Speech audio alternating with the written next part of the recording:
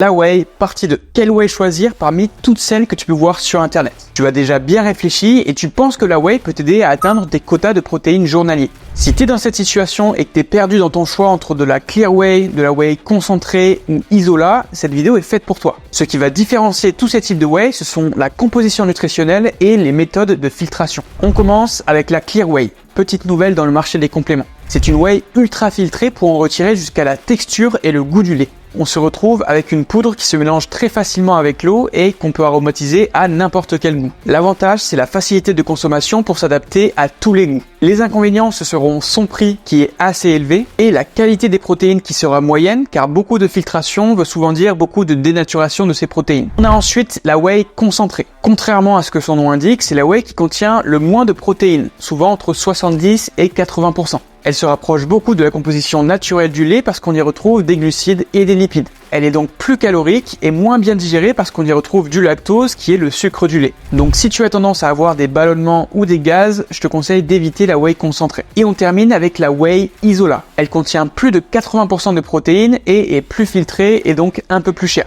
Par contre, c'est une whey qui ne contient presque pas de glucides ni de lipides, elle est donc moins calorique et mieux digérée.